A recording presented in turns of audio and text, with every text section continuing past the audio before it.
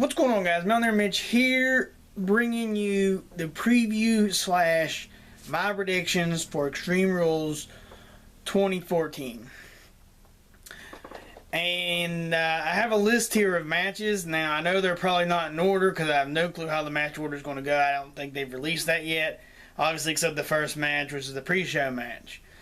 So, I listed these on, not really priority, but how I think it should go, or maybe should go.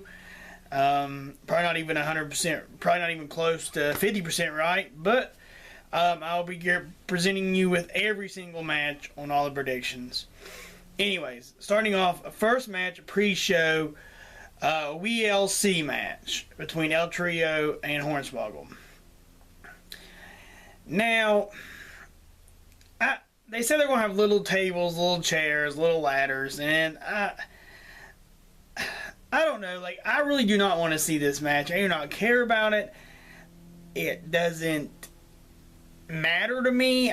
It just doesn't tickle my fancy in wrestling. I don't know, but it's just stupid. I don't like it. I don't like how the storyline's going. It's just like the two mascots of the WWE going at it.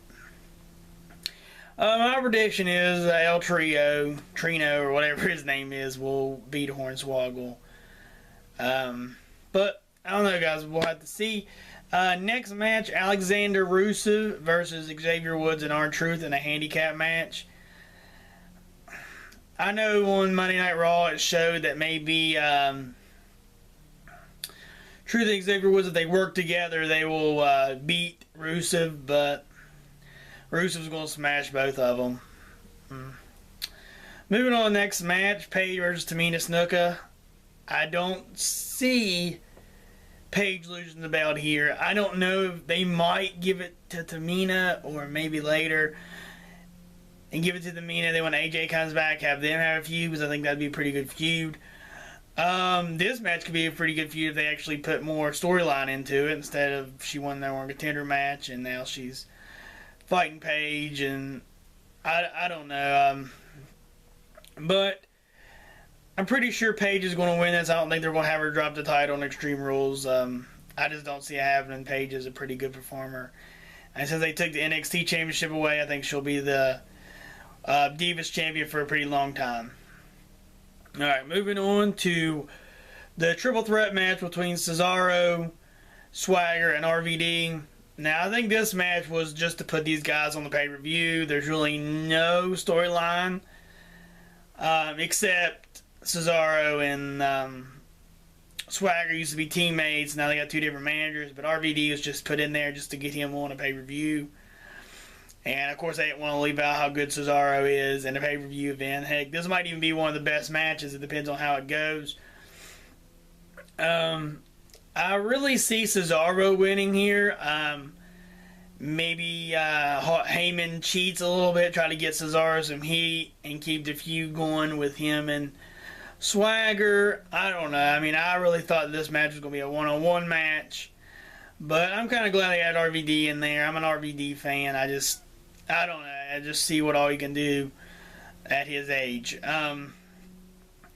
Moving on, I think next match is Big E versus Wade Barrett or Bad News Barrett for the Intercontinental Championship. Now, I think that Bad News Barrett will win. And the reason that is because if he doesn't win, then what's the whole point of having the tournament? I know it's to get the guys on the TV, get the spotlight on them, try to create different matches. If it wasn't for the tournament, then we wouldn't have the Swagger RVD Cesaro match. Excuse me. And, but I really think that Wade Barrett's going to become the Intercontinental Champion. He's needing a push for a good while now. I don't think he's done anything really that good since Nexus. I kind of like the Bad News Barrett character. I think eventually they'll just, I don't know if they'll scrap it or what. But I like Bad News Barrett. The Bullhammer seems like it takes a little bit too long. Like he has to flip the pad over on his elbow and he's got to wind it up. I don't know. I guess it's about the same amount of times as Sweet Chin Music, and that works out great. But I see Bad News Barrett winning here. Now, these last three matches, And they announced it on, I think I was watching something on the network. It might have been like Legends House or NXT last night. And they said it's a triple main event. And they had it in order as Kane and Daniel Bryan, and then Shield Evolution, and then Wade Barrett and John Cena. I really don't want to see John Cena and Wade Barrett as the main event, like the final match of the night. So this is how my order goes and how I'd like to see it. Would be Bray Wyatt, Cena in the steel cage, Daniel Bryan and Kane in Extreme Rules, and then Evolution versus the Shield. So let's start talking about this Bray Wyatt John Cena match. Now I think John Cena, I hope he does. I hope he doesn't win. I think it's time for him to push Bray Wyatt. Maybe Cena could take some time off, go do a movie or something. It's around that time anyways. Let him go, let him do a movie, and then let him come back, and he needs to get out of the spotlight. People are starting to hate on him. The fans really don't care about him anymore. I mean, Bray Wyatt's a good heel, but he's not really a heel because everybody's cheering for him and doing the whole world it's in his hands thing because it's cool to hate on Cena. They're not going to turn Cena heel. If they do, I'll be very surprised. I thought on Monday Night Raw they might turn him heel because of the, he said, oh, the fans hate me, but then they showed the Make-A-Wish Foundation, and I was like, that's why they won't turn him heel.